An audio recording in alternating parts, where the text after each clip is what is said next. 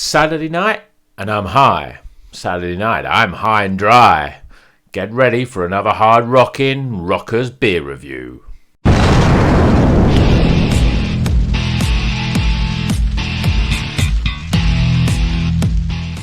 Welcome back to Rockers Beer Review, and today we are going to be reviewing the album High and Dry by Def Leppard. Now this album is their second album, and it was released in 1981. It's the first album with Mutt Lange, who was a world famous producer, and Mike Shipley, who engineered the album. And it was also the last album where we had the twin guitars of Pete Willis and Steve Clark. Pete Willis was subsequently fired after this album due to his alcoholism, but he co-wrote a lot of the songs on this album. So the introduction to this album, it was actually presented to me on an unmarked cassette back in probably the late 80s, early 90s, by a guy I used to work with, and he said, "This is a really great hard rock album, but I don't know who it is." So I listened to it a few times, and at first sound I thought it was probably AC/DC, because Joe Elliott sounds a lot like Bon Scott on this album, and obviously I found out subsequently after speaking to a few people that it was in fact High and Dry by Def Leppard. So Joe Elliott's vocals on this, almost unrecognisable from the sort of very sort of harmonised pop rock of like the albums like Hysteria. There's much more grit and growl in it, and the album overall is a little bit more raw. Even though it's well produced, it's a little more raw than those sort of later albums that came after. But certainly, I mean, this album came out in 1981, the same year as Too Fast for Love by Motley Crue, but it's streets ahead in terms of its production. So on this album, you get to hear a lot of the, all the instruments on this album. You can hear the bass, the tweak. You can hear there's a real twin guitar sort of attack in a lot of the songs. Certainly, Mutt Lange, gave it a much better sound than their first album, On Through the Night. But it doesn't have that slickness and the overproducedness, which is Hysteria, their big selling album that spawned all those hit singles.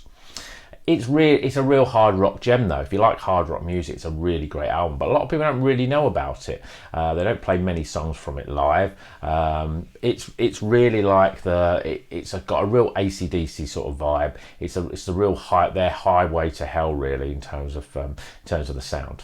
So great songs, great songwriting. Let's do a track listing and go through each of the tracks.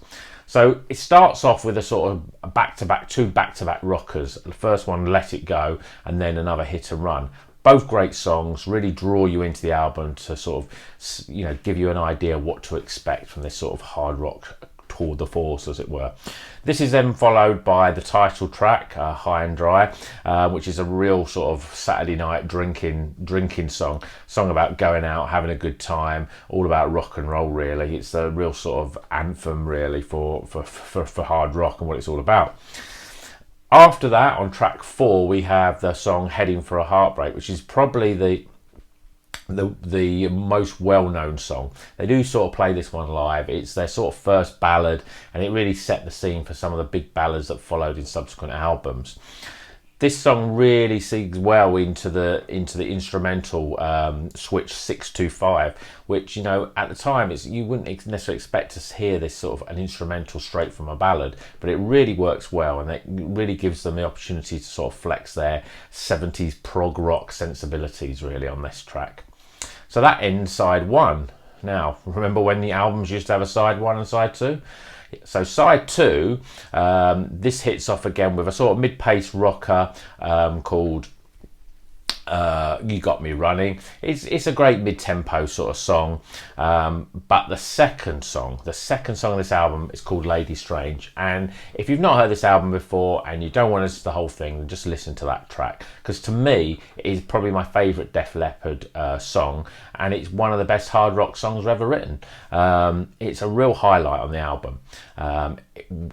It's almost like your perfect rock song. There's a great twin guitar harmony at the beginning, then there's a real strong verse riff, and then there's a great wonderful Steve Clark solo, and then it goes back to the sort of harmony at the end. It's a really, really good song, and it's unfortunate that not many people have heard it before. They haven't played it live since this album came out in a subsequent tour in 1981.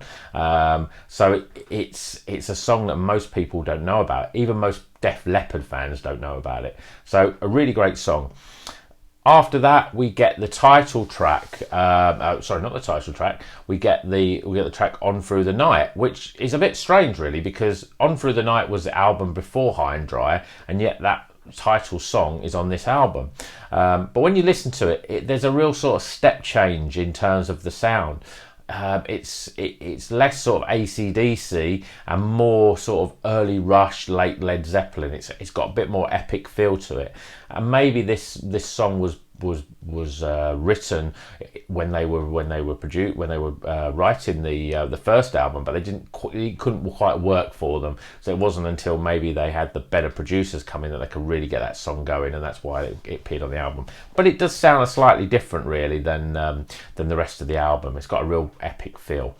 The last two songs. First, you've got "Mirror Mirror." Again, great hard rocker. You know, Joe Elliott is really sort of screaming and snarling his way through this song.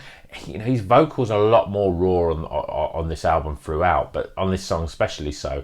And it's probably why you don't necessarily think it's Def Leppard straight away. Certainly on the later albums, when there was lots of multi-layered harmonies, you know, with all the bands singing, which was really a sort of, you know, is really the sort of signature of their sound, really. We don't have that on this album. The song, so going back to "Mirror Mirror," again, great song, great twin guitars, great solo.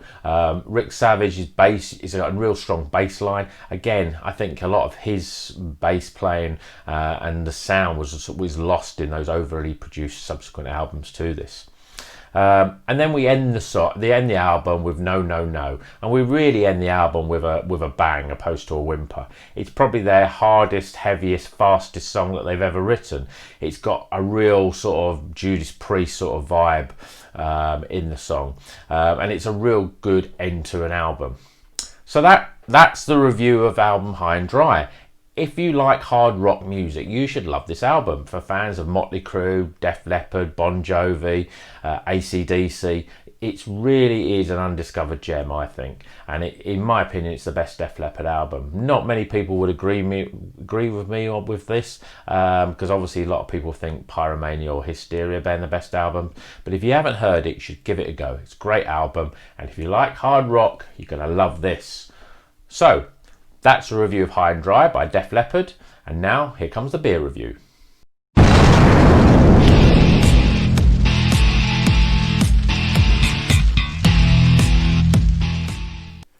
Welcome back to Rocker's Beer Review.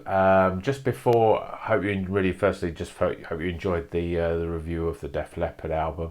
I want to do more reviews for rock albums, because I really enjoy doing them. I really enjoy revisiting sort of albums that maybe haven't listened to for a while, and hope you enjoy them too. But you know, let me know in the comments what you think, because predominantly this is a beer review, but I wanted to add more rock into it. But if you're not interested in rock, then let me know, because I will start doing. Do you want me to do more reviews with rock music in them, or do you want me to carry on doing just beer reviews? Obviously, at the moment, we're trying to get these videos and do a video every single day. So hopefully you're enjoying those. Certainly getting some good feedback from everyone, and so it's my chance to say to you, thanks, because we've hit over 1,000 views of the channel. We've only been going about 3.5 weeks, so I'm really proud of that. We've got about 40 subscribers now, and I just hope that it's going to continue to grow. So if you can support me, then I can keep doing the videos. So if you want to like the video, subscribe if you're not already a subscriber, share the video with your friends who may be interested in rock music or craft beer, that'd be really appreciative. Okay, so enough of that. Let's get on to the beer review. So today we're going to be reviewing this beer. This beer, which is called Wanna Go to the Sun. I thought it was a nice summery sort of beer. It's a pale ale. It's by Lost and Grounded. We're actually moving up in the supermarkets now, because this is a Waitrose beer. So I got this from Waitrose. It's £3. 440ml can, and it's coming in at 4.6%. Yeah, not much to say with that on the can, but it's a lovely bright orange, very summery. So I saw that on the shelf and thought, yeah, this is definitely the summer beer that I want to try. So I don't know anything about Lost and Grounded. I've not seen many of their beers anywhere else. And it's a pale ale. So let's get the beer out of the can and into a glass.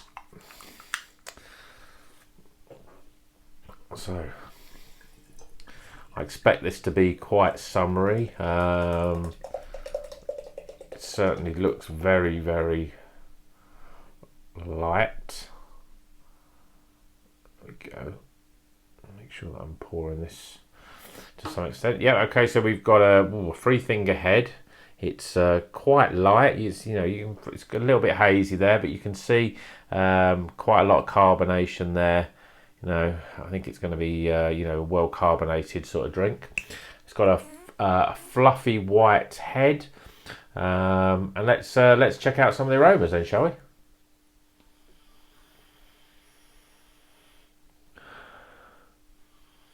Yep, it's I'm getting some fruit smells. It's more of a citrus, sort of oranges, lemons, a little bit of lime in there as well.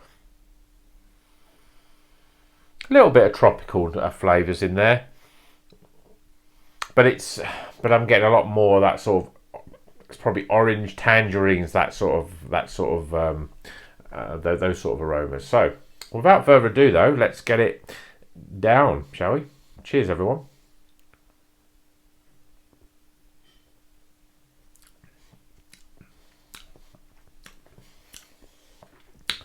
It reminds me of something that I've tried before, another pale ale. It's quite light in the body. I'm quite happy that we've still got a 1 finger or 1 and a bit finger head there. It's a nice pale ale, that. Very, very refreshing.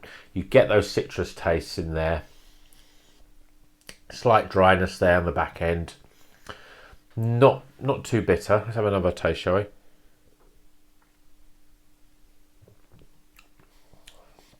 Yeah, I'm getting real strong tangerines, and there's a little bit of tartness there, a little bit of like sharpness of lemon, a little bit of grapefruit in there as well. It's really, really nice actually. It's nice and light, and just a beautiful pale ale. I think it's a pretty good one. So there's the can again. Not much else I can say. It's quite bright, a little bit of bitterness on the back end, a little bit of dryness, but real good carbonation there. So you get the flavours as it's in your mouth, it swirls around, you get more and more flavours. And I'm getting a lot more of that sort of tart, grapefruit and tangerines. So let's get the reviews for this and get and let's rate it on the Rockers rating scale, shall we?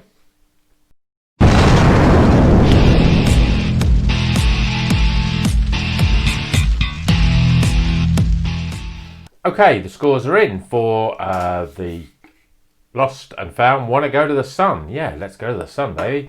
So this is the drink. It's pale ale. Right, let's get the scores. Aroma.